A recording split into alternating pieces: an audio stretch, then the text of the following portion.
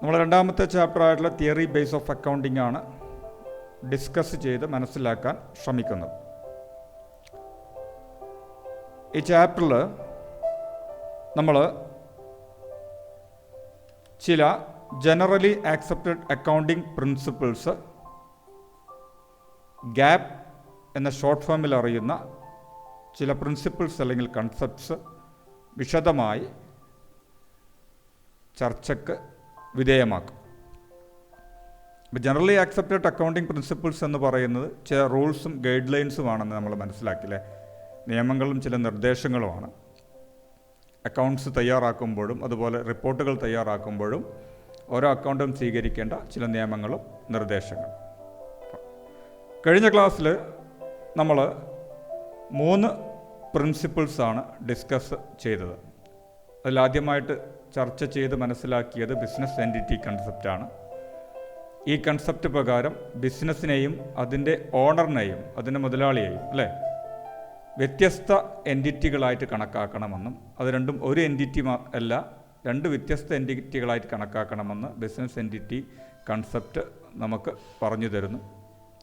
അപ്പം അങ്ങനെ 2 വ്യത്യസ്ത എൻറ്റിറ്റികളാകുമ്പോൾ ഓണറും ബിസിനസ്സും തമ്മിലുള്ള ഇടപാടുകളെല്ലാം രേഖപ്പെടുത്തണമെന്നും അതുപോലെ തന്നെ ഓണർ ബിസിനസ്സിൽ ഇൻവെസ്റ്റ് ചെയ്ത തുക എത്രയാണോ അത്രയും എമൗണ്ടിൻ്റെ ക്രെഡിറ്ററായിട്ട് ബിസിനസ് ക്യാഷ് കൊടുക്കാനുള്ള ആളായിട്ട് കണക്കാക്കുമെന്നും ഓണർ ബിസിനസ്സിൽ ഇൻവെസ്റ്റ് ചെയ്ത ആ തുക, അതിനെ ക്യാപിറ്റൽ എന്നാണ് പറയാം, അത് ബിസിനസ്സിൻ്റെ ലയബിലിറ്റി ആണെന്നും നമ്മൾ ഈ പ്രിൻസിപ്പിളിലൂടെ അല്ലെങ്കിൽ ഈ കൺസെപ്റ്റിലൂടെ മനസ്സിലാക്കി.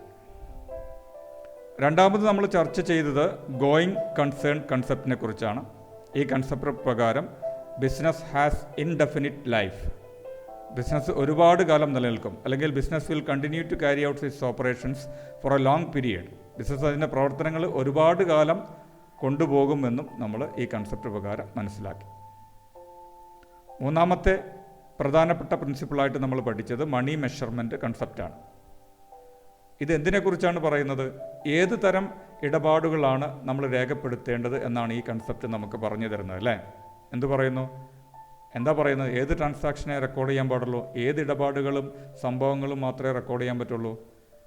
Those transactions which can be expressed in terms of money. പണത്തിൻ്റെ അടിസ്ഥാനത്തിൽ അളന്ന് തിട്ടപ്പെടുത്താൻ പറ്റുന്ന അല്ലെങ്കിൽ പണത്തിൻ്റെ അടിസ്ഥാനത്തിൽ എക്സ്പ്രസ് ചെയ്യാൻ പറ്റുന്ന ഇടപാടുകൾ മാത്രമേ റെക്കോർഡ് ചെയ്യാൻ പാടുള്ളൂ എന്ന് ഈ കൺസെപ്റ്റ് നമ്മളോട് പറയുന്നു. അപ്പോൾ പണത്തിൻ്റെ അടിസ്ഥാനത്തിലുള്ള ഇടപാടുകളെയാണ് നമ്മൾ എന്ത് പറയുക? സാമ്പത്തിക ഇടപാടുകൾ അല്ലെങ്കിൽ ഫിനാൻഷ്യൽ ട്രാൻസാക്ഷൻസ് എന്ന് പറയാം അല്ലേ. ഓക്കെ. അപ്പോൾ ഈ കൺസെപ്റ്റ് വ്യക്തമായിട്ട് നമുക്ക് പറഞ്ഞു തരുന്നു ഫൈനാൻഷ്യൽ ട്രാൻസാക്ഷൻസ് മാത്രമേ നമ്മൾ ബുക്സിൽ രേഖപ്പെടുത്തുകയുള്ളൂ. അപ്പോൾ ബാക്കിയുള്ള ഒരു കാര്യവും, അതായത് ഒരു മാനേജർ അപ്പോയിൻറ്റ് ചെയ്യുന്നതോ ഒരു തൊഴിലാളിയുടെ എഫിഷ്യൻസിയോ അല്ലെങ്കിൽ കേപ്പബിലിറ്റിയോ സ്ഥാപനത്തിൻ്റെ ഇമേജോ ഇതൊന്നും നമ്മൾ ബുക്സിൽ രേഖപ്പെടുത്തില്ല എന്നും ഈ പ്രിൻസിപ്പിൾ നമുക്ക് വ്യക്തമായിട്ട് പറഞ്ഞു തരും. ഇന്ന് നമ്മൾ ഡിസ്കസ് ചെയ്ത് മനസ്സിലാക്കാൻ ശ്രമിക്കുന്നത് 3 പ്രധാനപ്പെട്ട പ്രിൻസിപ്പിൾസാണ്. അതിലാദ്യത്തേത് അക്കൗണ്ടിംഗ് പീരിയഡ് കൺസെപ്റ്റാണ്. അക്കൗണ്ടിംഗ് പീരിയഡ്, അക്കൗണ്ടിംഗ് കാലാവധി, സമയപരിധി അല്ലേ. ഓക്കെ. അപ്പോൾ നിങ്ങൾ കഴിഞ്ഞ ക്ലാസ്സിൽ ഗോയിങ് കൺസേൺ കൺസെപ്റ്റ് പഠിച്ചപ്പോൾ മനസ്സിലാക്കി ബിസിനസ് ഒരുപാട് കാലം നിലനിൽക്കുമെന്നല്ലേ, ഇൻഡെഫിനിറ്റ് ലൈഫ് ഉണ്ടെന്ന് മനസ്സിലാക്കി. അപ്പോൾ സ്വാഭാവികമായിട്ടും ഒരു ചോദ്യം ഉദിക്കുകയാണ്, എപ്പോഴാണ് ബിസിനസ്സിൻ്റെ പ്രവർത്തന ഫലം നമുക്ക് കാണാൻ പറ്റുക? ഓപ്പറേറ്റിംഗ് റിസൾട്ട് എന്താ പ്രവർത്തന ഫലം എന്നുകൊണ്ട് ഉദ്ദേശിക്കുന്നത്? ഓപ്പറേറ്റിംഗ് റിസൾട്ട് എന്നുകൊണ്ട് ഉദ്ദേശിക്കുന്നത് ബിസിനസ് ഇത്രയും കാലം പ്രവർത്തിച്ചിട്ട് ലാഭമാണോ നഷ്ടമാണോ എന്നറിയണ്ടേ? ഓക്കെ. അതെപ്പോഴാണ് അറിയാൻ പറ്റുക? അതിനുവേണ്ടി എന്ത് ചെയ്യും? ബിസിനസ് അതിൻ്റെ പ്രവർത്തനങ്ങൾ നിർത്തുന്നത് വരെ കാത്തു നിൽക്കാൻ പറ്റുമോ? ഇല്ല. അത് ഒരുപാട് കാലം എപ്പോഴാണ് നിൽക്കുക എന്ന് നമുക്കറിയില്ല എന്ന് നമ്മൾ മുമ്പേ മനസ്സിലാക്കി കഴിഞ്ഞു അല്ലേ.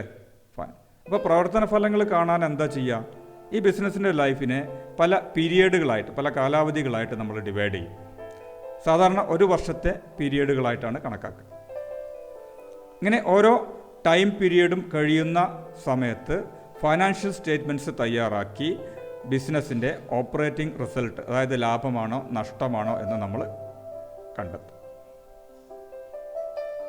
ഒരു അക്കൗണ്ടിങ് പീരിയഡ് കണക്കാക്കി ആ പീരിയഡിൻ്റെ അവസാനമാകുമ്പോൾ എൻഡ് ഡേറ്റിൽ നമ്മൾ എന്ത് ചെയ്യും? താൽക്കാലികമായി കണക്കുകളെല്ലാം ക്ലോസ് ചെയ്ത് ഫിനാൻഷ്യൽ സ്റ്റേറ്റ്മെൻറ്റ്സ് തയ്യാറാക്കി സ്ഥാപനത്തിൻ്റെ ഓപ്പറേറ്റിംഗ് റിസൾട്ട് കണ്ടെത്തും. അപ്പോൾ അക്കൗണ്ടിംഗ് പീരിയഡ് എന്നുകൊണ്ട് ഉദ്ദേശിക്കുന്നത് it refers to the period of time at the end of which financial statements of an enterprise are prepared. ഏത് കാലാവധിയുടെ അവസാനമാണോ നമ്മൾ ഒരു സ്ഥാപനത്തിൻ്റെ സാമ്പത്തിക സ്റ്റേറ്റ്മെൻറ്റ്, ഫിനാൻഷ്യൽ സ്റ്റേറ്റ്മെൻറ്റ്സ് എന്താണെന്ന് ഞാൻ മുമ്പേ പറഞ്ഞു കഴിഞ്ഞു അല്ലേ? ലാഭനഷ്ടം കാണാനായിട്ട് പ്രോഫിറ്റ് ആൻഡ് ലോസ് അക്കൗണ്ടും സാമ്പത്തിക സ്ഥിതി കണക്കാക്കാനായിട്ട് ബാലൻസ് ഷീറ്റും അല്ലേ? ഓക്കെ. അപ്പോൾ ഇത് രണ്ടും തയ്യാറാക്കി സാമ്പത്തിക സ്ഥിതിയും ലാഭമാണോ നഷ്ടമാണോ എന്ന് കാണുന്നത് ഏത് കാലാവധിയുടെ, ഏത് ടൈം പീരീഡിൻ്റെ അവസാനത്തിലാണോ ആ ടൈം പീരീഡിനെ നമ്മളെന്ത് പറയുന്നു? അക്കൗണ്ടിങ് പീരിയഡ് എന്ന് പറയുന്നു. ഇങ്ങനെ ഫിനാൻഷ്യൽ സ്റ്റേറ്റ്മെൻറ്റ്സ് തയ്യാറാക്കുന്നത് എന്തിനാണ്? To know the results of business operation. Business പ്രവർത്തനത്തിൻ്റെ റിസൾട്ട് അറിയാനായിട്ട് നമ്മൾ ഏത് പീരിയഡിൻ്റെ അവസാനമാണോ ഫിനാൻഷ്യൽ സ്റ്റേറ്റ്മെൻറ്റ്സ് തയ്യാറാക്കുന്നത് ആ പീരിയഡിനെ നമുക്കെന്ത് പറയാം? അക്കൗണ്ടിങ് പീരിയഡ് എന്ന് പറയാം. സാധാരണഗതിയിൽ 1 വർഷമാണ് അക്കൗണ്ടിങ് പീരിയഡായിട്ട് കണക്കാക്കുക. അപ്പോൾ 1 വർഷം കഴിയുമ്പോൾ ബിസിനസ് സ്ഥാപനം എന്ത് ചെയ്യും? താൽക്കാലികമായിട്ട് കണക്കുകളെല്ലാം ക്ലോസ് ചെയ്ത് ഫിനാൻഷ്യൽ സ്റ്റേറ്റ്മെൻറ്റ്സ് തയ്യാറാക്കി എന്ത് മനസ്സിലാക്കുന്നു? ബിസിനസ്സിൻ്റെ ഓപ്പറേറ്റിംഗ് റിസൾട്ട്, ബിസിനസ്സിൻ്റെ പ്രവർത്തന ഫലം, അത് ലാഭമാണോ നഷ്ടമാണോ എന്നും സാമ്പത്തിക സ്ഥിതി എന്താണെന്നും കണക്കാക്കും. അപ്പോൾ ആ 1 വർഷത്തെ ബിസിനസ്സിൻ്റെ അക്കൗണ്ടിങ് പീരീഡ് എന്ന് നമുക്ക് പറയാം. ഫൈൻ. അപ്പോൾ സാധാരണഗതിയിൽ ബിസിനസ് സ്ഥാപനങ്ങളെല്ലാം അക്കൗണ്ടിങ് പീരീഡായിട്ട് 1 വർഷമാണ് കണക്കാക്കുക. അപ്പോൾ 1 വർഷം കഴിയുന്ന സമയത്ത് ആ സ്ഥാപനം ഫിനാൻഷ്യൽ സ്റ്റേറ്റ്മെൻറ്റ്സ് തയ്യാറാക്കണം. അപ്പോൾ 1 വർഷം എന്ന് പറയുമ്പോൾ സാധാരണ ബിസിനസ് സ്ഥാപനങ്ങൾ ജാനുവരി 1 മുതൽ 31 ഡിസംബർ വരെയുള്ള കലണ്ടർ വർഷം 1 വർഷമായിട്ട് എടുക്കാറുണ്ട്. പക്ഷേ ഇന്ത്യയിൽ സാധാരണ ഫിനാൻഷ്യൽ ഇയർ ആയിട്ട് കണക്കാക്കുക 1 ഏപ്രിൽ മുതൽ 31 മാർച്ച് വരെയാണ്. ഓക്കെ. അപ്പോൾ ഏത് വേണമെങ്കിലും ബിസിനസ് സ്ഥാപനത്തിന് അവരുടെ വില്ലനുസരിച്ച് അവർക്ക് തീരുമാനിക്കാവുന്നതാണ്. ഇനി ഈ 1 വർഷം തന്നെ ആവണം അക്കൗണ്ടിങ് പീരീഡ് എന്ന് ഒരു നിർബന്ധമില്ല കേട്ടോ. ഒരു അക്കൗണ്ടിങ് പീരീഡ് വേണമെന്നേ ഉള്ളൂ. അത് 1 വർഷമാവാം. ചില കമ്പനികൾ 3 വർഷം, അതായത് ക്വാർട്ടർ എന്ന് പറയും അല്ലേ? ഓക്കെ. 3 മാസം കഴിയുമ്പോൾ ഫിനാൻഷ്യൽ സ്റ്റേറ്റ്മെൻറ്റ്സ് തയ്യാറാക്കാറുണ്ട്. ചില കമ്പനികൾ 6 മാസം, ഹാഫ് ഇയർലി അല്ലേ, അങ്ങനെയും ഫിനാൻഷ്യൽ സ്റ്റേറ്റ്മെൻറ്റ്സ് തയ്യാറാക്കാറുണ്ട്. അപ്പോൾ എങ്ങനെ വേണമെങ്കിലും ചെയ്യാം. ഒരു അക്കൗണ്ടിങ് പീരീഡ് വേണം എന്ന് മാത്രമേ ഉള്ളൂ. അത് 1 വർഷമാവാം, 3 മാസമാവാം, 6 മാസമാവാം, എത്രയോ ആവാം. ആ സ്ഥാപനത്തിന് തീരുമാനിക്കാം അല്ലേ? പക്ഷേ സാധാരണഗതിയിൽ 99% ബിസിനസ് സ്ഥാപനങ്ങൾ 1 വർഷമാണ് അക്കൗണ്ടിങ് പീരീഡായിട്ട് കണക്കാക്കുക. അപ്പോൾ ബിസിനസ്സിൻ്റെ മൊത്തം ലൈഫിനെ നമ്മൾ പല പീരിയഡുകളായിട്ട് ഡിവൈഡ് ചെയ്യാണ്. ഓരോ വർഷമുള്ള പല പീരിയഡുകളായിട്ട് ഡിവൈഡ് ചെയ്യാണ്. എന്നിട്ട് ഓരോ വർഷവും അവസാനിക്കുന്ന സമയത്ത് താൽക്കാലികമായിട്ട് കണക്കുകൾ ക്ലോസ് ചെയ്ത് ഫിനാൻഷ്യൽ സ്റ്റേറ്റ്മെൻറ്റ്സ് തയ്യാറാക്കി ബിസിനസ്സിൻ്റെ പ്രവർത്തന ഫലം കാണുന്നു എന്ന് ഈ അക്കൗണ്ടിങ് പീരീഡ് കൺസെപ്റ്റ് നമുക്ക് പറഞ്ഞു മനസ്സിലാക്കി തരുന്നു. ഓക്കെ. ഇനി നമ്മൾ പഠിക്കാൻ പോകുന്നത് രണ്ടാമത്തെ കൺസെപ്റ്റ് എന്ന് പറയുന്നത്, രണ്ടാമത്തെ കൺസെപ്റ്റ് ഇന്നത്തെ എന്ന് പറയുമ്പോൾ it is your 5th principle അല്ലെങ്കിൽ concept, which is cost concept. Historical cost concept എന്നും ഇതിനെ പറയാറുണ്ട്. ഇത് എന്തിനെക്കുറിച്ചാണ് നമുക്ക് പറഞ്ഞു തരുന്നത്? ഇത് അസറ്റ്സ് എന്താണെന്ന് അറിയാം അല്ലേ? ഓക്കെ. വിലപിടിപ്പുള്ള സാധനങ്ങൾ അല്ലേ? ഈ അസറ്റുകൾ ബിസിനസ് സ്ഥാപനം പർച്ചേസ് ചെയ്യാറുണ്ട്, വാങ്ങും അല്ലേ? ബിൽഡിങ്, ഫർണിച്ചർ അല്ലെങ്കിൽ മെഷീനറി, ഇങ്ങനെയുള്ള അസറ്റുകൾ ബിസിനസ് മേടിക്കും അല്ലേ? ആ വാങ്ങുന്ന സമയത്ത് ഏത് വിലയിലാണ് ഈ അസറ്റ് നിങ്ങൾ ബുക്സിൽ രേഖപ്പെടുത്തേണ്ടത് എന്ന് നമുക്ക് പറഞ്ഞു തരുന്ന കൺസെപ്റ്റാണെന്ത്? Cost concept. അസറ്റ് വാങ്ങുമ്പോൾ ആ വാങ്ങിയ അസറ്റ് ഏത് വിലയിലാണ് ബുക്സിൽ രേഖപ്പെടുത്തേണ്ടത് അല്ലേ? അത് ഈ കൺസെപ്റ്റ് പറഞ്ഞു തരുന്നു. എങ്ങനെ രേഖപ്പെടുത്തണം എന്നാണ് പറയുന്നത്? Yes, the cost concept requires that, ഇത് നമ്മളോട് ആവശ്യപ്പെടുകയാണ് അല്ലേ, that all assets are recorded in the books of account at their purchase price. Assets books of അക്കൗണ്ടിൽ രേഖപ്പെടുത്തേണ്ടത് ഏത് വിലയിലാണ്? പർച്ചേസ് പ്രൈസിലാണ്, വാങ്ങിയ വിലയിലാണ്. ഇനി എന്താണ് വാങ്ങിയ വില എന്ന് പറയുന്നതിൽ നിങ്ങൾക്ക് വല്ല സംശയമുണ്ടെങ്കിൽ, this purchase price includes cost of acquisition, transportation and installation charges. എന്താണ് വാങ്ങിയ വില? Purchase price. അതിലെന്തൊക്കെ അടങ്ങിയിരിക്കുന്ന പറയണത്? വിച്ച് ഇൻക്ലൂഡ്സ്, അതിലടങ്ങിയിരിക്കുന്ന എന്തൊക്കെ? കോസ്റ്റ് ഓഫ് അക്വിസിഷൻ, വാങ്ങാനായിട്ട് നിങ്ങൾ ചിലവാക്കിയ തുക. ട്രാൻസ്പോർട്ടേഷൻ, അതിനുശേഷം ഈ മേടിച്ച സാധനം നിങ്ങളുടെ ബിസിനസ് സ്ഥാപനത്തിലേക്ക് എത്തിക്കാനായിട്ട് വാഹനത്തിനുള്ള ചാർജ് അല്ലേ, ഗതാഗത ചിലവുണ്ടെങ്കിൽ അത്. പിന്നീട് ഈ അസറ്റ് നിങ്ങളുടെ ബിസിനസ് സ്ഥാപനത്തിൽ കൊണ്ട് സ്ഥാപിക്കാനായിട്ട്, ഇൻസ്റ്റാൾ ചെയ്യാനായിട്ട് വല്ല ചിലവുണ്ടായിട്ടുണ്ട്. ചിലപ്പോൾ ചില മൈനർ റിപ്പയറോ അല്ലെങ്കിൽ അത് സ്ഥാപിക്കാനായിട്ട് നിങ്ങൾ ആളൊക്കെ വിളിച്ച് അതിന് ചിലവുണ്ടായിട്ടുണ്ടെങ്കിൽ ആ ചാർജും കൂടി. ഇത് മൂന്നും കൂട്ടിയാൽ കിട്ടുന്ന തുകയാണെന്ത്? Purchase price. ആ വിലയിലാണ് നിങ്ങൾ ഒരു അസറ്റ് മേടിച്ചാൽ ആ അസറ്റ് നിങ്ങൾ ബുക്സ് ഓഫ് അക്കൗണ്ടിൽ രേഖപ്പെടുത്തേണ്ടത്. ഫൈൻ. അപ്പോൾ ഏതൊരു അസറ്റ് വാങ്ങുമ്പോഴും അതിൻ്റെ പർച്ചേസ് പ്രൈസിലാണ് അത് രേഖപ്പെടുത്തേണ്ടത്. ഇനി പർച്ചേസ് പ്രൈസ് എന്ന് പറയുമ്പോൾ അതിൽ എന്തൊക്കെ ഉൾപ്പെടും? അക്വിസിഷൻ കോസ്റ്റ്, വാങ്ങാനുള്ള ചിലവ് അല്ലേ. അപ്പോൾ നിങ്ങളൊരു സാധനം മേടിക്കുകയാണെങ്കിൽ ഇത്ര രൂപ കൊടുത്തിട്ടാണ് നിങ്ങൾ ആ കടക്കാരൻ്റെ കയ്യിൽ നിന്ന് സാധനം മേടിക്കുക അല്ലേ. ഒരു മിഷനറി 1,00,000 രൂപയ്ക്ക് മേടിക്കുമ്പോൾ അത് കടക്കാരന് 1,00,000 രൂപ കൊടുക്കുകയാണെങ്കിൽ അതാണ് അതിൻ്റെ അക്വിസിഷൻ പ്രൈസ്. പിന്നെ അത് ട്രാൻസ്പോർട്ട് ചെയ്യാനുള്ള, ഗതാഗതത്തിലൂടെ നിങ്ങളെ ഓഫീസിലേക്ക് എത്തിക്കാനുള്ള ചിലവ്, പിന്നെ അത് സ്ഥാപിക്കാനുള്ള ചിലവ്. ഇത് മൂന്നും കൂട്ടിയാൽ കിട്ടുന്ന തുകയായിരിക്കും പർച്ചേസ് പ്രൈസ്. ആ പ്രൈസിലാണ് രേഖപ്പെടുത്തുന്നത്. നമുക്കൊരു എക്സാമ്പിൾ നോക്കാം അല്ലേ.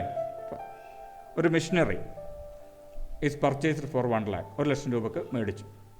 അപ്പോൾ മേടിക്കുന്ന സമയത്ത് സപ്ലയർക്ക് കൊടുത്തത് 1,00,000 രൂപയാണ്. അതാണെന്ത്? അക്വിസിഷൻ കോസ്റ്റ്, വാങ്ങാനായി ചിലവായ തുക. And an amount of 15 is spent for its transportation. 15,000 is spent for its transportation. അത് അവിടുന്ന് നമ്മുടെ ബിസിനസ് സ്ഥാപനത്തിലേക്ക് എത്തിക്കാനായിട്ട് വാഹന ചെലവ്, ഗതാഗത ചെലവ് 15,000 പിന്നീട് 25,000 അതിൻ്റെ റിപ്പയർ ആൻഡ് ഇൻസ്റ്റലേഷൻ. അത് ചിലപ്പോൾ സെക്കൻഡ് ഹാൻഡ് മെഷീനറിയൊക്കെയാണ് മേടിച്ചിട്ടുണ്ടെങ്കിൽ അത് റിപ്പയർ ചെയ്യാനും അത് ഇൻസ്റ്റാൾ ചെയ്യാനും അത് സ്ഥാപിക്കാനായിട്ട് 25,000 രൂപ ചിലവാക്കി. ഫൈൻ. അപ്പോൾ ഈ അസറ്റ് എത്ര രൂപയാണ് ഈ അസറ്റിൻ്റെ വിലയായിട്ട് നിങ്ങൾ റെക്കോർഡ് ചെയ്യേണ്ടത്? അതൊരു കൺഫ്യൂഷൻ ഉണ്ടാവും അല്ലേ. പക്ഷേ ഇവിടെ വ്യക്തമായിട്ട് പറയാണ് പർച്ചേസ് പ്രൈസിലാണ്. പർച്ചേസ് പ്രൈസ് എന്ന് പറയുന്നത് എന്താണ്? അക്വസിഷനും ട്രാൻസ്പോർട്ടേഷനും ഇൻസ്റ്റലേഷൻ ചാർജസും എല്ലാം കൂട്ടിയ തുകയാണ്. അപ്പോൾ അങ്ങനെ പറയുമ്പം ഈ മെഷീനറി നിങ്ങൾ ബുക്സിൽ രേഖപ്പെടുത്തേണ്ട എത്ര രൂപക്കാണ്? 1,40,000 രൂപക്കാണ്. എങ്ങനെയാണ് 1,40,000 രൂപ വന്നത്? Acquisition cost 1,00,000, transportation 15,000, installation and repair ആണ്, റിപ്പയർ ചാർജസ് 25,000, എല്ലാം കൂടി കൂട്ടുമ്പോൾ 1,40,000. ഈ 1,40,000 രൂപക്കാണ് നിങ്ങൾ ബുക്സിൽ രേഖപ്പെടുത്തി വെക്കേണ്ടത്. അപ്പോൾ നിങ്ങൾക്കിത് മനസ്സിലായി എന്ന് കരുതുകയാണ് അല്ലേ. അപ്പോൾ നിങ്ങളോട് ചിലപ്പോൾ ചോദ്യത്തിൽ ചോദിക്കാം, ഒരു ബിസിനസ് സാധനം മേടിച്ചത് ഇപ്പോൾ ഈ 1,40,000 രൂപയാണ് ചിലവായത്. പക്ഷേ ഇപ്പോൾ മെഷീനറിയുടെ വില 2,00,000 രൂപയാണ്. ഇപ്പോൾ മെഷീനറിയുടെ വില എന്ന് പറയുമ്പോൾ മാർക്കറ്റ് വാല്യൂ എന്ന് പറയും അല്ലേ. വിപണിയിൽ അത് വിറ്റാൽ 2,00,000 രൂപ കിട്ടും. അങ്ങനെയാണെങ്കിൽ നിങ്ങളോട് ഏത് പ്രൈസിലാണ് ഇത് റെക്കോർഡ് ചെയ്യുകയെന്ന് ചോദിച്ചാൽ നിങ്ങൾ എന്താ പറയുക? ഈ കൺസെപ്റ്റ് വ്യക്തമായിട്ട് പറയുകയാണ് അല്ലേ. നിങ്ങൾ വാങ്ങിയ വിലയിലാണ് രേഖപ്പെടുത്തേണ്ടത്. ഇപ്പോൾ അതിന് എത്ര വിലയുണ്ടെന്ന് നിങ്ങൾ നോക്കേ വേണ്ട അല്ലേ. വാങ്ങിയ സമയത്ത് നിങ്ങൾ എത്രയാണോ ചിലവാക്കിയത്, അത് ചിലവാക്കിയത് എത്രയാണ്? 1,40,000 രൂപ. ആ വിലയിലാണ് നിങ്ങൾ രേഖപ്പെടുത്തേണ്ടത്. അതുകൊണ്ടാണ് ഇതിനെ ഹിസ്റ്റോറിക്കൽ കോസ്റ്റ് കൺസെപ്റ്റ് എന്ന് പറയുന്നത് അല്ലേ. വാങ്ങിയ സമയത്ത് എത്രയാണോ അതാണ് ബുക്സിൽ ഉണ്ടാവേണ്ടത്. ഇപ്പോൾ അതിന് എത്രയാണ് അതിൻ്റെ മാർക്കറ്റ് വില എന്ന് നിങ്ങൾ നോക്കേണ്ട ആവശ്യമുണ്ടോ? ഇല്ല. അത് പ്രത്യേകം ശ്രദ്ധിക്കുക. ഒരു കൺസെപ്റ്റ് നമ്മളോട് ഒരു കാര്യം പറയുമ്പോൾ അതല്ലാതെ വേറൊരു എമൗണ്ടും രേഖപ്പെടുത്താൻ പാടില്ല എന്നുകൂടി നിങ്ങൾ മനസ്സിലാക്കുക. സോ കൺസെപ്റ്റ് പ്രകാരം ഏതൊരു അസറ്റും വാങ്ങുമ്പോൾ വാങ്ങിയ സമയത്ത് അതിൻ്റെ വില എത്രയാണ് ആ വിലയാണ് രേഖപ്പെടുത്തുക. അപ്പോൾ വാങ്ങുന്ന സമയത്ത് അതിൻ്റെ വില എന്ന് പറയുന്നത് അതിൻ്റെ കോസ്റ്റും അക്വസിഷൻ കോസ്റ്റും അതിൻ്റെ ട്രാൻസ്പോർട്ടേഷൻ ചാർജും അത് ഇൻസ്റ്റലേഷൻ ചാർജസ് ഉണ്ടെങ്കിൽ അതും കൂടി ആഡ് ചെയ്ത എമൗണ്ട് ആയിരിക്കും നിങ്ങൾ രേഖപ്പെടുത്തേണ്ടത്. ഇനി ഒരു അസറ്റ് മേടിക്കുകയാണ്, അത് വാങ്ങാൻ മാത്രമേ ക്യാഷ് ചിലവായുള്ളൂ. അതായത് 50,000 രൂപ വാങ്ങാൻ ചിലവായി, ട്രാൻസ്പോർട്ടേഷൻ ഒന്നും ആയില്ല, ഇൻസ്റ്റാൾ ചെയ്യാൻ ഒന്നും ആയില്ല എന്ന് വിചാരിക്കുക. അപ്പോൾ എന്ത് രേഖപ്പെടുത്തിയാൽ മതി? വാങ്ങിയ വില എത്രയാണോ 50,000 അത് മാത്രം രേഖപ്പെടുത്തിയാൽ മതി. കാരണം ട്രാൻസ്പോർട്ടേഷൻ ചാർജസും ഇല്ല, ഇൻസ്റ്റലേഷനും ഇല്ല.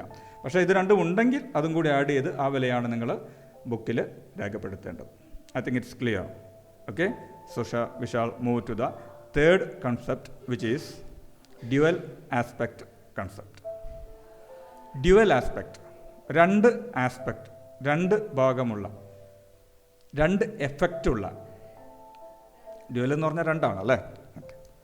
രണ്ട് എഫക്റ്റ് ഉണ്ട് അല്ലെങ്കിൽ രണ്ട് ആസ്പെക്റ്റ് ഉണ്ട് എന്ന് പറയുന്ന കൺസെപ്റ്റ്. എന്തിനാണ് ഡ്യുവൽ ആസ്പെക്റ്റ് ഉള്ളത്, രണ്ട് എഫക്റ്റ് ഉള്ളത് അല്ലെങ്കിൽ രണ്ട് ഭാഗമുള്ളത്?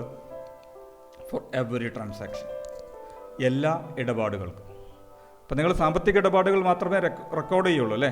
ഓക്കെ, ഈ സാമ്പത്തിക ഇടപാടുകൾക്കെല്ലാം രണ്ട് ആസ്പെക്റ്റ് ഉണ്ടായിരിക്കും, രണ്ട് എഫക്റ്റ് ഉണ്ടായിരിക്കും. And you are suppose to record these two aspects or these two effects in two different places. എല്ലാ ഇടപാടുകൾക്കും രണ്ട് എഫക്റ്റ് ഉണ്ടാവും, അല്ലെങ്കിൽ രണ്ട് ആസ്പെക്റ്റ് ഉണ്ടാവും, രണ്ട് ഭാഗമുണ്ടാവും. അതുകൊണ്ട് തന്നെ should be recorded at two places. രണ്ട് സ്ഥലങ്ങളിൽ അത് രേഖപ്പെടുത്തണം. അതായത് രണ്ട് സ്ഥലങ്ങൾ എന്ന് പറഞ്ഞാൽ രണ്ട് അക്കൗണ്ടുകളിൽ രണ്ട് കണക്ക് രേഖപ്പെടുത്തുന്ന സ്ഥലത്ത് നിങ്ങൾ രേഖപ്പെടുത്തണം. This is very important concept, very base of accounting എന്നൊക്കെ നിങ്ങൾക്ക് പറയാം. അക്കൗണ്ടിങ്ങിൻ്റെ ബേസ് ആണ് എന്നൊക്കെ ഈ പ്രിൻസിപ്പിളിനെ പറയാം. വളരെ പ്രധാനപ്പെട്ട പ്രിൻസിപ്പിളാണ്. അപ്പോൾ എന്താ ഈ പ്രിൻസിപ്പിൾ പറഞ്ഞത്? ഒന്നുകൂടെ നമുക്ക് അതിലേക്ക് പോകാം അല്ലേ.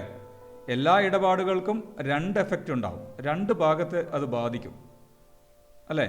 അതുകൊണ്ട് തന്നെ ആ രണ്ട് സ്ഥലത്തും നിങ്ങളത് രേഖപ്പെടുത്തണം, ആ രണ്ട് അക്കൗണ്ടിലും നിങ്ങൾ രേഖപ്പെടുത്തണം.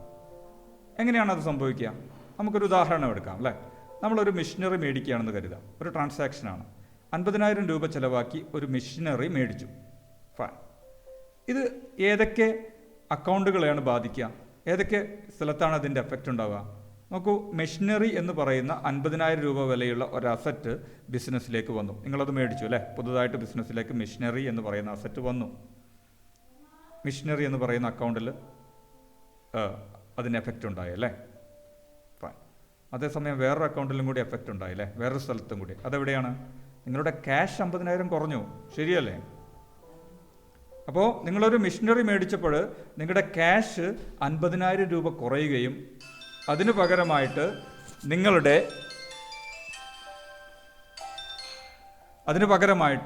നിങ്ങൾക്ക് അവിടെ ഒരു മെഷീനറി 50,000 രൂപയുടെ ബിസിനസ്സിലേക്ക് വരും ചെയ്യാണ്. അപ്പോൾ മെഷീനറിയുടെ അക്കൗണ്ടിലും അത് എഫക്റ്റ് ചെയ്യാണ്, ക്യാഷിൻ്റെ അക്കൗണ്ടിലും അത് എഫക്റ്റ് ചെയ്യാണ്, ശരിയല്ലേ? അപ്പോൾ നിങ്ങളിത് രണ്ട് സ്ഥലത്തും റെക്കോർഡ് ചെയ്യണം. മെഷീനറിയുടെ അക്കൗണ്ടിലും റെക്കോർഡ് ചെയ്യണം, അതുപോലെ തന്നെ എവിടെയും റെക്കോർഡ് ചെയ്യണം, ക്യാഷിൻ്റെ അക്കൗണ്ടിലും റെക്കോർഡ് ചെയ്യണം. ഇനി വേറൊരു ട്രാൻസാക്ഷൻ എടുക്കാം. ബിസിനസ്സിലേക്ക് ഓണർ ക്യാഷ് കൊണ്ടുവരികയാണ് എന്ന് കരുതാം. ഫൈൻ. ബിസിനസ് ചെയ്യാനായിട്ട് അതിൻ്റെ ഓണർ അവരാണ് ക്യാപിറ്റൽ കൊണ്ടുവരിക അല്ലേ. ഫൈൻ. എന്തൊക്കെയാണ് സംഭവിക്കുക? ബിസിനസ്സിലെ ക്യാഷ് കൂടുമല്ലോ, ശരിയല്ലേ? ബിസിനസ്സിനെ സംബന്ധിച്ചോളം ബിസിനസ്സിലെ ക്യാഷ് കൂടുകയാണ്. അതേസമയം ക്യാപിറ്റൽ വർദ്ധിക്കുകയും ചെയ്യും അല്ലേ. ക്യാപിറ്റൽ എന്ന് പറയുന്നത് എന്തിനാണ്? ബിസിനസ്സിൽ ഇൻവെസ്റ്റ് ചെയ്ത തുക, അതായത് ബിസിനസ് ഓണർക്ക് തിരിച്ചു നൽകേണ്ട തുക അല്ലേ, അതും കൂടുകയല്ലേ. അപ്പോൾ ബിസിനസ്സിൻ്റെ ക്യാഷ് കൂടുകയും ചെയ്തു, അതേസമയം ബിസിനസ് ഓണർക്ക് തിരിച്ചു നൽകേണ്ട ക്യാപിറ്റലും വർദ്ധിച്ചു. ഫൈൻ. അപ്പോൾ ഈ ട്രാൻസാക്ഷനും രണ്ട് എഫക്റ്റ് ഉണ്ട്, രണ്ട് സ്ഥലത്ത് ബാധിച്ചു. അവ രണ്ട് സ്ഥലത്തും, അതായത് ക്യാപിറ്റലിൻ്റെ അക്കൗണ്ടിലും അതുപോലെ തന്നെ ക്യാഷിൻ്റെ അക്കൗണ്ടിലും നിങ്ങളിത് രേഖപ്പെടുത്തണം, ശരിയല്ലേ? ഫൈൻ. അപ്പോൾ ഡ്യുവൽ ആസ്പെക്റ്റ് കൺസെപ്റ്റ് വ്യക്തമായി നിങ്ങളോട് പറയുന്നു, ഓരോ ട്രാൻസാക്ഷനും രണ്ട് എഫക്റ്റ് ഉണ്ടാവും, രണ്ട് സ്ഥലത്ത് അത് ബാധിക്കും, അല്ലെങ്കിൽ രണ്ട് ആസ്പെക്റ്റ് ഉണ്ടാവും. അതുകൊണ്ട് തന്നെ should be recorded at two places, രണ്ട് സ്ഥലത്ത് രേഖപ്പെടുത്തണമെന്ന് വ്യക്തമായി ഈ പ്രിൻസിപ്പിൾ പറയുന്നു. ഫൈൻ. അതുകൊണ്ട് തന്നെ നമുക്ക് പറയാം, this concept is the basis for double entry system and accounting equation. Double entry system എന്ന് പറയുന്ന, നിങ്ങൾ ഇനി അടുത്ത ചാപ്റ്ററിൽ പഠിക്കാൻ പോകുന്ന അക്കൗണ്ടിങ് സിസ്റ്റം, അതിൻ്റെ അടിത്തറ ബേസ് എന്ന് പറയുന്നത് എന്താണ്? ഡ്യുവൽ ആസ്പെക്റ്റ് കൺസെപ്റ്റാണ്. അതേപോലെ തന്നെ അക്കൗണ്ടിങ് ഇക്വേഷനും ഉണ്ട്, അതും നിങ്ങൾ അടുത്ത ചാപ്റ്ററിൽ വിശദമായിട്ട് പഠിക്കും. അക്കൗണ്ടിങ് ഇക്വേഷൻ്റെയും ഡബിൾ എൻട്രി സിസ്റ്റത്തിൻ്റെയും ബേസ് എന്ന് പറയുന്നത് എന്താണ്? Dual aspect കൺസെപ്റ്റാണ്.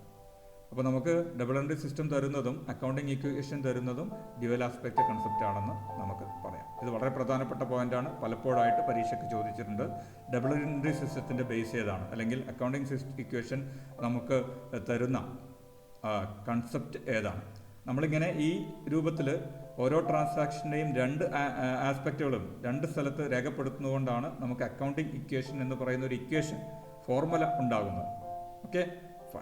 ഈ എന്താണ് അക്കൗണ്ടിങ് ഇക്വേഷൻ എന്ന് നമുക്ക് ജസ്റ്റ് ഇപ്പോഴൊന്ന് മനസ്സിലാക്കാൻ ശ്രമിക്കാം. അക്കൗണ്ടിങ് ഇക്വേഷൻ എന്ന് പറയുന്ന ഇക്വേഷൻ ഇതാണ്. ഒരു സ്ഥാപനത്തിൻ്റെ അസറ്റ്സ്, ആസ്തികൾ എന്താണെന്ന് നിങ്ങൾക്കറിയാം അല്ലേ. അതിൻ്റെ ടോട്ടൽ വാല്യൂ എപ്പോഴും ക്യാപിറ്റലിൻ്റെയും ലയബിലിറ്റീസിൻ്റെയും ടോട്ടൽ എമൗണ്ടിന് തുല്യമായിരിക്കും. Assets is equal to capital plus liabilities. Capital എന്ന് പറയുന്നത് എന്താണ്? ഓണർ നിക്ഷേപിച്ച തുക, അല്ലെങ്കിൽ ഓണർക്ക് ബിസിനസ് തിരിച്ചു കൊടുക്കേണ്ട തുക അല്ലേ. ലയബിലിറ്റി എന്ന് പറയുന്നത് മറ്റു ബാധ്യതകൾ, ഓണർ അല്ലാതെ വേറെ ആർക്കെങ്കിലും ക്യാഷ് കൊടുക്കാനുണ്ടെങ്കിൽ അത് ലയബിലിറ്റീസ് ആണ്, ബാധ്യതകളാണ് അല്ലേ. ക്രെഡിറ്റേഴ്സ് ഉണ്ടാവാം, അല്ലെങ്കിൽ ബാങ്കിൽ നിന്ന് ലോൺ എടുത്തിട്ടുണ്ടെങ്കിൽ ബാങ്കിന് കൊടുക്കാനുള്ള ക്യാഷ്, ഇത്തരത്തിൽ പുറമേയുള്ള ആൾക്കാർക്ക്, ഓണർ അല്ലാത്ത പുറമേയുള്ള ആൾക്കാർക്ക് കൊടുക്കാനുള്ള ബാധ്യതയാണ് ലാബിലിറ്റീസ്, ഓണർക്ക് കൊടുക്കാനുള്ള എമൗണ്ട് ക്യാപിറ്റലും, അല്ലേ? ഇത് രണ്ടും കൂടി കൂട്ടിക്കഴിഞ്ഞാൽ, അത് രണ്ടിനും കൂടി എമൗണ്ട് കൂട്ടിക്കഴിഞ്ഞാൽ അത് എന്തിനു തുല്യമായിരിക്കും? ബിസിനസ്സിൻ്റെ മൊത്തം അസറ്റുകളുടെ വാല്യൂവിന് തുല്യമായിരിക്കും. അതാണ് എന്ത്? Accounting equation. ഇങ്ങനൊരു ഇക്വേഷൻ വരാനുള്ള കാരണം എന്തുകൊണ്ടാണ്? ഡ്യുവൽ ആസ്പെക്ട് കൺസെപ്റ്റ് ഫോളോ ചെയ്യുന്നതുകൊണ്ടാണ്. അതുപ്രകാരം ഓരോ ട്രാൻസാക്ഷൻ്റെയും രണ്ട് എഫക്റ്റും നമ്മൾ രണ്ട് സ്ഥലത്ത് രേഖപ്പെടുത്തുന്നതുകൊണ്ടാണ് എന്ത് കിട്ടുന്നത്? അക്കൗണ്ടിങ് ഇക്വേഷൻ നമുക്ക് ലഭിക്കുന്നത്. ഈ ഇക്വേഷൻ നമുക്ക് സ്റ്റേറ്റ്മെൻ്റ് ആയിട്ട് പറയാം, അല്ലേ? ഒരു സെൻറ്റൻസ് ആയിട്ട് എങ്ങനെ പറയാം? അസറ്റ്സ് ഓഫ് എ ബിസിനസ്, ഒരു ബിസിനസ് സ്ഥാപനത്തിൻ്റെ അസറ്റ്സ് ഓൾവേസ്, എല്ലാ സമയവും ഈക്വൽ ആയിരിക്കും, തുല്യമായിരിക്കും. എന്തിന്? To the claims of owners and outsiders. ഓണേഴ്സിനുള്ള അവരുടെ ക്ലെയിം അല്ലെങ്കിൽ അവരുടെ അവകാശം അല്ലെങ്കിൽ ഔട്ട്സൈഡേഴ്സിൻ്റെ അവകാശം, അത് രണ്ടിനും കൂടി തുല്യമായിരിക്കും. അതിൻ്റെ ടോട്ടലിന് തുല്യമായിരിക്കും എന്ത്? അസറ്റ്സ്, ഒരു ബിസിനസ് സ്ഥാപനത്തിൻ്റെ അസറ്റ്സ്. എന്താണ് ക്ലെയിംസ് ഓഫ് ഓണേഴ്സ് എന്ന് പറയുന്നത്? ക്യാപിറ്റലിനെ പറയുന്നതാണ്, അല്ലേ? ഓണർക്ക് ബിസിനസ്സിലുള്ള അവകാശം എന്ന് പറയുന്നത് ബിസിനസ് ഓണർക്ക് കൊടുക്കാനുള്ള എമൗണ്ട് ആണ്, അല്ലേ? അപ്പോൾ ക്ലെയിംസ് ഓഫ് ഓണേഴ്സ് എന്ന് പറയുന്നത് ക്യാപിറ്റലിനെയും, ക്ലെയിംസ് ഓഫ് ഔട്ട്സൈഡർ, പുറത്തുള്ള ആൾക്കാരുടെ അവകാശം എന്ന് പറയുന്നത് മറ്റുള്ള ലാബിലിറ്റിയാണ്. മനസ്സിലാക്കുക. ക്ലെയിംസ് ഓഫ് ഓണർ എന്ന് പറയുന്നത് ക്യാപിറ്റലിനെയും, ക്ലെയിംസ് ഓഫ് ഔട്ട്സൈഡേഴ്സ് എന്ന് പറയുന്നത് എന്തിനാണ്? ലാബിലിറ്റീസിനാണ്. ഓക്കെ, അതിൻ്റെ രണ്ടിനും ടോട്ടൽ ആയിരിക്കും എന്ത്? ഒരു ബിസിനസ് സ്ഥാപനത്തിൻ്റെ അസറ്റ്സ്. ഫൈൻ. ഇങ്ങനെയുള്ളൊരു ഇക്വേഷൻ നമുക്ക് തരുന്ന ഏതാണ്? ഡ്യുവൽ ആസ്പെക്ട് കൺസെപ്റ്റാണ്. ഫൈൻ. അപ്പോൾ ഡ്യുവൽ ആസ്പെക്ട് കൺസെപ്റ്റ് എന്താണെന്ന് പറയാൻ വളരെ എളുപ്പമാണ്. എല്ലാ ട്രാൻസാക്ഷനും രണ്ട് എഫക്റ്റ് ഉണ്ട്, അത് രണ്ട് സ്ഥലത്ത് നിങ്ങൾ രേഖപ്പെടുത്തണമെന്ന് മാത്രമേ ഈ പ്രിൻസിപ്പിൾ പറയുന്നുള്ളൂ. പക്ഷേ പ്രിൻസിപ്പിളാണ് നമുക്ക് രണ്ട് പ്രധാനപ്പെട്ട, ഈ വർഷം നിങ്ങൾക്ക് പഠിക്കാനുള്ള രണ്ട് പ്രധാനപ്പെട്ട കാര്യം നിങ്ങൾക്ക് തരുന്നത്. ഏതൊക്കെയാണത്? ഡബിൾ എൻട്രി സിസ്റ്റവും അക്കൗണ്ടിങ് ഇക്വേഷൻ. ക്ലിയർ? അപ്പോൾ നമ്മളിന്ന് 3 കൺസെപ്റ്റുകൾ പഠിച്ചു, അല്ലേ? ഏതൊക്കെയാണ്? അക്കൗണ്ടിങ് പീരിയഡ് കൺസെപ്റ്റ്, പിന്നീട് നമ്മൾ പഠിച്ചത് കോസ്റ്റ് കൺസെപ്റ്റ്, പിന്നീട് പഠിച്ചത് ഡ്യുവൽ ആസ്പെക്ട് കൺസെപ്റ്റ്. എന്ന് പഠിച്ച ഈ 2 കൺസെപ്റ്റുകൾ വളരെ പ്രധാനപ്പെട്ടതാണ്. കോസ്റ്റ് കൺസെപ്റ്റും ഡ്യുവൽ ആസ്പെക്ട് കൺസെപ്റ്റും. ഡ്യുവൽ ആസ്പെക്ട് കൺസെപ്റ്റും കോസ്റ്റ് കൺസെപ്റ്റും നിങ്ങൾക്ക് എക്സാം പോയിന്റ് ഓഫ് വ്യൂ തന്നെ വളരെ നന്നായിട്ട് പഠിക്കാൻ ശ്രമിക്കും. Okay, fine. ഇനി ഇന്നത്തെ പ്രാക്ടീസ് ക്വസ്റ്റ്യൻസ് ആവാം, അല്ലേ? ഓക്കെ, ശ്രദ്ധിക്കുക. A business firm purchased a plant for ₹2 lakh. 2 ലക്ഷത്തിന് ഒരു പ്ലാന്റ് മേടിച്ചു. And spend 15,000 for transportation and installation. 2 ലക്ഷം രൂപയുടെ പ്ലാന്റ് മേടിച്ചു, അക്വിസിഷൻ കോസ്റ്റ്. അതിന് 15,000 രൂപ ട്രാൻസ്പോർട്ടേഷനും ഇൻസ്റ്റലേഷനുമായിട്ട് ചിലവാക്കി. എന്നിട്ട് നിങ്ങളോട് ചോദ്യമാണ്, ആദ്യത്തെ A, cost that should be recorded in the books is. ബുക്സിൽ രേഖപ്പെടുത്തേണ്ട കോസ്റ്റ്, വില എന്ന് പറയുന്നത് എന്താണ്? രണ്ടാമത് ഐഡൻറ്റിഫൈ ദ കൺസെപ്റ്റ്. അങ്ങനെ ആ വിലയിൽ രേഖപ്പെടുത്തുന്നത് ഏത് കൺസെപ്റ്റിൻ്റെ അടിസ്ഥാനത്തിനാണെന്ന് കണ്ടെത്താനും പറഞ്ഞിട്ടുണ്ട്. രണ്ടാമത്തെ ചോദ്യം, identify accounting concept in the following cases. താഴെ പറയുന്ന ആ സ്റ്റേറ്റ്മെൻറ്റിൽ പറഞ്ഞിട്ടുള്ള അക്കൗണ്ടിങ് കൺസെപ്റ്റ് ഏതാണെന്ന് കണ്ടെത്താം. ആദ്യം പറയുന്നു, assets of a business is always equal to claims of owners and outsiders. ഒരു സ്ഥാപനത്തിൻ്റെ അസറ്റ്സിൻ്റെ വില തുല്യമായിരിക്കും. എന്തിനാ? ഓണേഴ്സിൻ്റെ ക്ലെയിമിനും ഔട്ട്സൈഡേഴ്സിൻ്റെ ക്ലെയിമിൻ്റെ ടോട്ടലിന് തുല്യമായിരിക്കും എന്ന് പറയുന്നത്. അതുമായി ബന്ധപ്പെട്ട പ്രിൻസിപ്പിൾ ഏത്? രണ്ടാമത്തത്, financial statements are prepared at the end of A period which is usually A year. Financial statements തയ്യാറാക്കുന്നത് ഒരു കാലാവധിയുടെ അവസാനമാണ്. അത് സാധാരണഗതിയിൽ 1 വർഷമാണ്. ഇതേത് പ്രിൻസിപ്പിളുമായി ബന്ധപ്പെട്ടതാണ്? മൂന്നാമത്തത്, every transaction will have 2 aspects. എല്ലാ ട്രാൻസാക്ഷനും 2 ആസ്പെക്റ്റുകൾ, 2 ഭാഗങ്ങളുണ്ടാവും, അല്ലെങ്കിൽ ഡ്യുവൽ എഫക്റ്റ് ഉണ്ടാവും എന്ന് പറയുന്ന പ്രിൻസിപ്പിൾ ഏതാണ്? മൂന്നാമത്തെ ചോദ്യം, Arun constructed a building for ₹5 lakh. 5 ലക്ഷം രൂപയ്ക്ക് ഒരു ബിൽഡിംഗ് കൺസ്ട്രക്ട് ചെയ്തു. For his business concern, business സ്ഥാപനത്തിനായിട്ട് ഉണ്ടാക്കി. After 2 years the market value of the building enhanced to 8 lakh. 2 വർഷം കഴിഞ്ഞപ്പോൾ ആ ബിൽഡിങ്ങിൻ്റെ മാർക്കറ്റ് വാല്യൂ 8 ലക്ഷം രൂപയാണ്. അപ്പോൾ ബിൽഡിംഗ് ഇവിടെ പർച്ചേസ് ചെയ്യല്ല, ഉണ്ടാക്കുകയാണ് ചെയ്തത്, കൺസ്ട്രക്റ്റാണ് ചെയ്തത്, അല്ലേ? അപ്പോൾ 5 ലക്ഷം രൂപ ആണ് കൺസ്ട്രക്ഷനായിട്ട് ചിലവായത്. അതാണ് അതിൻ്റെ, പർച്ചേസ് ചെയ്യുകയാണെങ്കിൽ 5 ലക്ഷം രൂപ ചിലവാക്കണം, ഉണ്ടാക്കിയപ്പോൾ 5 ലക്ഷം രൂപ നിങ്ങൾക്ക് ചിലവായി, അല്ലേ? അതാണ് അതിൻ്റെ ടോട്ടൽ കോസ്റ്റ് എന്ന് പറയുന്നത്. which you can consider as a purchase price. എന്നിട്ട് നിങ്ങളോട് ചോദിക്കുകയാണ്, 5 ലക്ഷം രൂപയാണ് ബിൽഡിങ്ങിനായിട്ട് ചിലവായത്, ഇപ്പോൾ അതിൻ്റെ മാർക്കറ്റ് വാല്യൂ എത്രയാണ്? 8 ലക്ഷം രൂപ. എന്നിട്ട് നിങ്ങളോട് ചോദിക്കുകയാണ്, if you are N accountant which amount will appear in the books. നിങ്ങളൊരു അക്കൗണ്ടൻ്റ് ആണെങ്കിൽ ഇതിൽ ഏത് എമൗണ്ടാണ് ബുക്കിൽ കാണിക്കുക? ആ ബിൽഡിംഗ് ഉണ്ടാക്കാനായ 5 ലക്ഷമാണോ, ഇപ്പോൾ അതിൻ്റെ വിലയായ 8 ലക്ഷമാണോ? ഇനി രണ്ടാമത്തെ ചോദ്യം, what is accounting principle which support your recording? നിങ്ങൾ റെക്കോർഡ് ചെയ്ത എമൗണ്ടിനെ സപ്പോർട്ട് ചെയ്യുന്ന അക്കൗണ്ടിങ് പ്രിൻസിപ്പിൾ ഏതാണ്? ഏത് പ്രിൻസിപ്പിൾ പ്രകാരമാണ് നിങ്ങൾ ഈ എമൗണ്ട് റെക്കോർഡ് ചെയ്തു എന്ന് നിങ്ങൾക്ക് പറയാൻ പറ്റും. ഓക്കെ, അപ്പോൾ ഈ ക്വസ്റ്റ്യൻസിന് ഉത്തരം എഴുതിയിട്ട് ബുധനാഴ്ച തന്നെ നിങ്ങൾ സബ്മിറ്റ് ചെയ്യുക. I think it's high time to say goodbye. Have a nice day. Thank you.